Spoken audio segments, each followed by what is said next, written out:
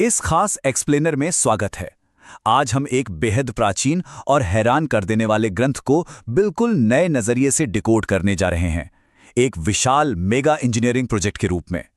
ये सिर्फ कोई पुरानी कहानी नहीं है, बल्कि प्राचीन इंसानी कौशल और इंजीनियरिंग का एक ऐसा अद्भुत उदाहरण है जो आज भी सोचने पर मजबूर कर देता है। तो सबसे बड़ा और दिलचस्प सवाल यहीं से उठता है कि आखिर मानव इतिहास का सबसे विशाल जहाज बिना किसी आधुनिक मशीन, क्रेन या पावर टूल्स के कैसे बन गया। ये एक ऐसी कहानी की शुरुआत है जिसमें अथाह शारीरिक मेहनत है, प्राचीन काल की बेजोड़ इंजीनियरिंग है और सबसे बड़ी बात, पूरी दुनिया के तानों और मजाक के बीच एक इंसान का न टूटने वाला फोकस है। खंड 1, द इम्पॉसिबल कंस्ट्रक्शन कमांड। हमारे इस विश्लेषण की शुरुआत होती है उस पहली और सबसे बड़ी चुनौती से, एक ईश्वरीय ब्लूप्रिंट को हकीकत में बदलना, वो भी बिल्कुल बंजर और नम मिट्टी से। ये कोई रूटीन काम नहीं था, बल्कि लगभग नामुमकिन लगने वाला एक आदेश था। अब जरा इस आकार के बारे में सोचिए, 137 मीटर। ये कोई छोटी मोटी नाव नहीं थी। 137 मीटर लंबा, 23 मीटर चौड़ा और पूरे 3 मंजिल ऊंचा एक विशालकाय ढांचा। और जाहिर है, इतने भारी भरकम स्ट्रक्चर को खड़ा करने के लिए सबसे पहले एक बिल्कुल समतल, बेहद मजबूत और स्थिर जमीन की जरूरत थी। इसे कहीं भी यूं ही मिट्टी पर खड़ा नहीं किया जा सकता था। और यहीं से शुरू होता है वो थका देने वाला नीरस काम जिसके बारे में अक्सर बात नहीं होती, ग्राउंड प्रिपरेशन। स्रोत बताते हैं कि लकड़ी का पहला टुकड़ा काटने से पहले ही एक सूखी और मजबूत नींव तैयार करना किसी बुरे सपने से कम नहीं था। उस दौर में जमीन के नीचे से नमी ऊपर उठती थी। विशाल चट्टानों को हटाना, पेड़ों की गहरी जड़ों को उखाड़ना और जमीन की नमी को दूर करने के लिए पानी निकासी की लंबी खाइयां खोदना, ये सब इसलिए ताकि वो जगह कीचड़ का दलदल न बन जाए और पूरा प्रोजेक्ट शुरू होने से पहले ही न धंस जाए। खंड 2, इंजीनियरिंग द मैसिव फ्रेम। अब जब जमीन आखिरकार स्थिर और सूखी हो गई, तो अगली चुनौती और भी बड़ी थी। ये एक भयंकर लॉजिस्टिक दुस्वप्न था। इतनी सारी लकड़ी को इकट्ठा करना और इस विशाल ढांचे को खड़ा करना।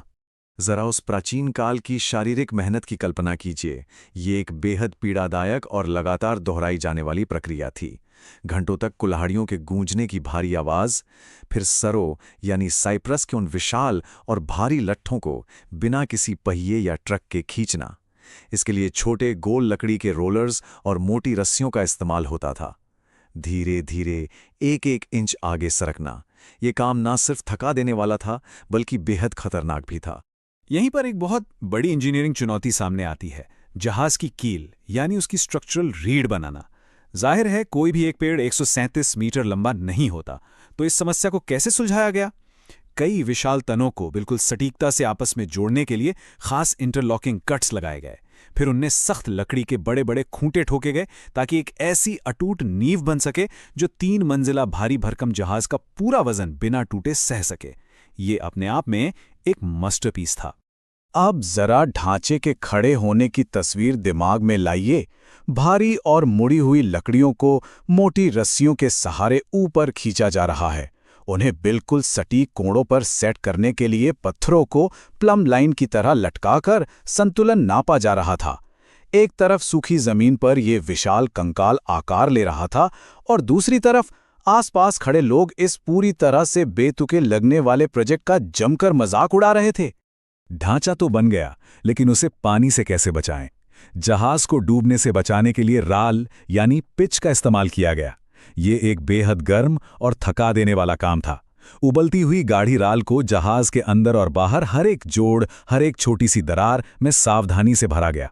सूखने के बाद ये एकदम पत्थर जैसा सख्त हो जाता था, जिससे पूरा का पूरा ढांचा 100% वाटरप्रूफ हो गया, आने वाली भयानक तबाही का सामना करने के लिए बिल्कुल तैयार। खंड 3, डिजाइनिंग द इंटरनल वर्ल्ड। जहाज बाहर से तो पूरी तरह सुरक्षित हो गया, लेकिन अब इस एक्सप्लेनर का फोकस अंदरूनी वास्तुकला की ओर मुड़ता है। ये कोई आम गोदाम नहीं था, इसे एक बहुत ही जटिल लाइफ सपोर्ट सिस्टम के रूप में डिजाइन किया गया था। इस अंदरूनी लेआउट की इंजीनियरिंग और बुद्धिमत्ता सच में कमाल की है। भारी तबाही के बीच जहाज को पलटने से कैसे रोका जाए, इसका हल वजन को सही तरीके से बांटने में था। सबसे भारी और बड़े जानवरों को सबसे निचली मंजिल पर रखा गया। इससे जहाज का सेंटर ऑफ ग्रेविटी यानी गुरुत्वाकर्षण का केंद्र बिल्कुल नीचे आ गया। अस्थिर और तूफानी लहरों पर जहाज का संतुलन बनाए रखने के लिए ये बहुत ही स्मार्ट और जरूरी कदम था।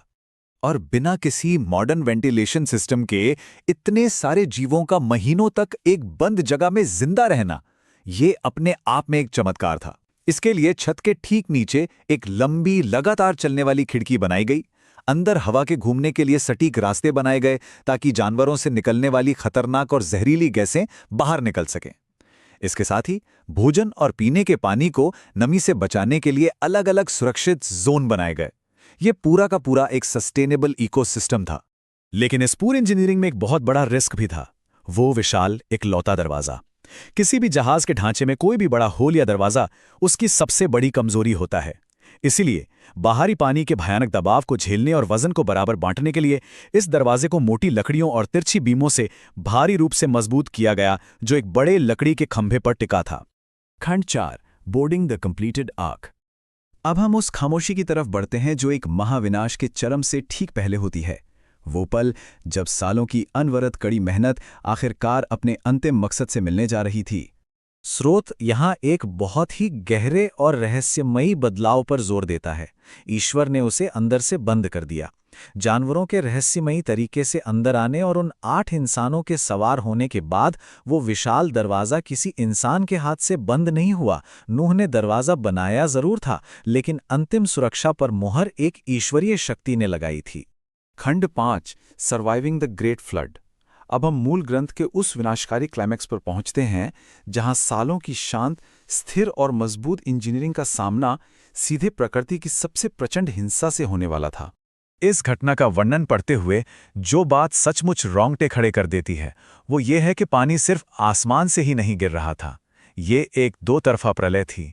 जमीन सचमुच फट गई थी और नीचे से अत्यधिक दबाव वाला पानी एक बहरे कर देने वाले शोर के साथ ऊपर की ओर फूट पड़ा था। और ऊपर से एक ऐसा मूसलाधार बारिश का तूफान जो दुनिया ने पहले कभी नहीं देखा था। इस टाइमलाइन को देखने पर उस भयानक मनोवैज्ञानिक परीक्षा का अंदाजा लगता है जो उस अंधेरे चरमराते लकड़ी के जहाज के अंदर चल रही थी। जरा सोचिए, बिना किसी पतवार या दिशा के बस एक अंतहीन वैश्विक महासागर में बहना, 40 दिनों तक लगातार बारिश और फिर पूरे 150 दिनों तक सिर्फ और सिर्फ पानी के ऊपर तैरना। महीनों तक जमीन का कोई नामो निशान नहीं, जब तक कि जहाज आखिरकार अराफात के पहाड़ों पर सुरक्षित नहीं टिक गया। खंड 6, ए न्यू वर्ल्ड बिगिंस। आखिरकार अब ये कथा सिर्फ एक महाप्रलय में जिंदा बच जाने से कहीं आगे बढ़ती है, एक पूरी तरह से बदल चुकी दुनिया में बेहद सतर्क लेकिन उम्मीद से भरे कदमों के साथ बाहर निकलने की ओर। उस भारी दरवाजे को खोलने से पहले यह सुनिश्चित करना जरूरी था कि बाहर की दुनिया सुरक्षित है या नहीं। इसके लिए एक बहुत ही व्यवस्थित step by step biological test किया गया।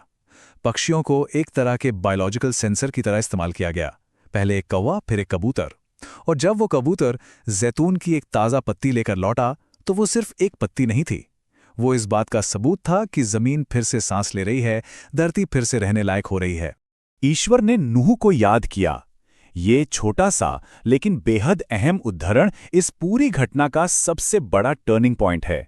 ये दिखाता है कि कैसे ईश्वरीय न्याय का दौर खत्म हो रहा था और वापस ईश्वरीय संरक्षण और देखभाल का दौर शुरू हो रहा था।